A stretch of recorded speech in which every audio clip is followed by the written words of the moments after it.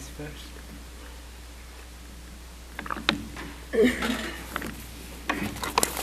I'm Susie Kim.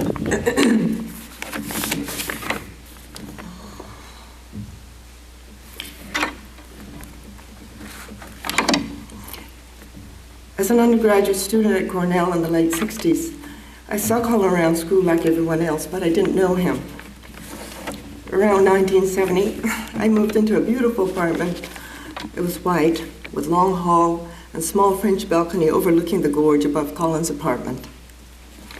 Unbeknownst to me, in this small room, we began a friendship.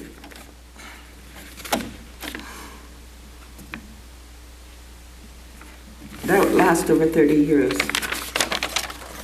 When his initial attempts to befriend me when I passed by his door to go up to my apartment failed, he tried another strategy.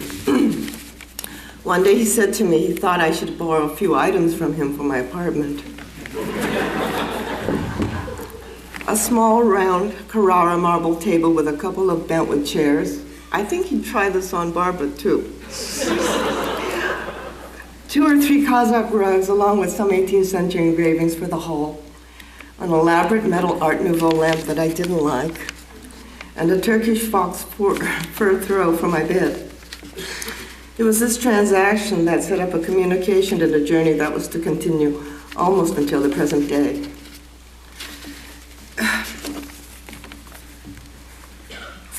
With me, he started with Chinese porcelain and French cloisonné, then on to Regency chairs and English rooms, and later casually paging through old 1930 Domus magazines of suave Albini interiors and large Italian palazzos. We talked about how the legs of a particular chair might come to hit a shiny floor or be impressed by an oversized frame to its picture, and perhaps making light of people who overmatted their engravings. I hope I'm not insulting anyone. For relief, we often would venture out into the Finger Lakes countryside in search of various items, furniture, rugs, pieces big and small, amusing and different, whatever caught our eye. Evidently, Colin found a way of communicating with different people in different ways, but with me, this was the way we became friends, and this was the way he began to teach me, and I began to learn, and a whole world opened up for me. I later entered into his UD program briefly, but for various personal reasons, I needed to leave Ithaca. But over the years, we continued to pass the time together, traveling through towns west of Mantua with fantasies of buying a small town or two, roaming through the underground silver vaults in London, only to happily discover that there were no candelabras as grand as the ones he possessed.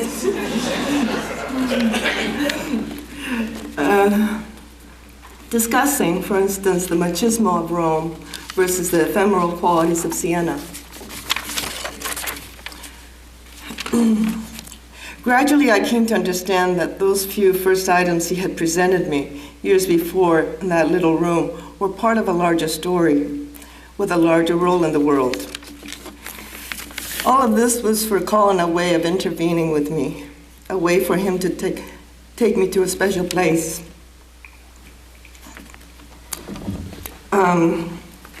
Where we could relate. A metaphorical garden where we could relate.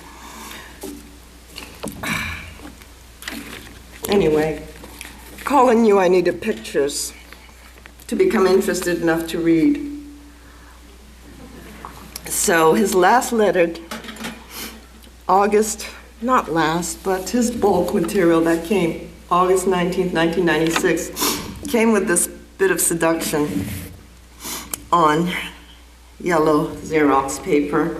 Pictures of Hans Sharon at Breslau, 1929, reflecting on his visit to our home, 1932 Art Deco house in New Haven, which incidentally, amongst other things, had a lucite handrail that lit up.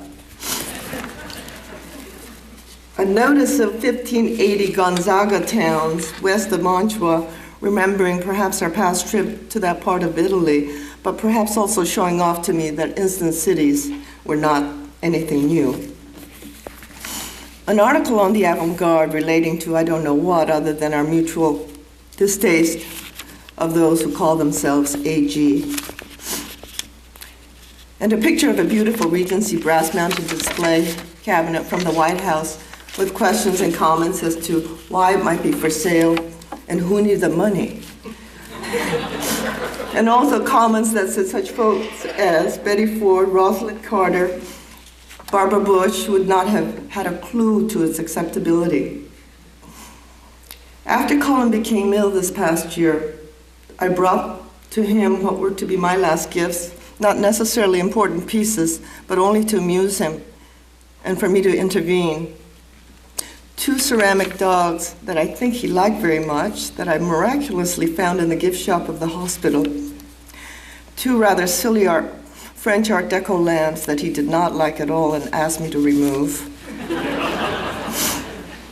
And 2 small hand-painted pictures with oversized ivory frames that I had always admired with some hesitancy, to which he said, as I already knew by now, there is no wall here big enough or small enough for these.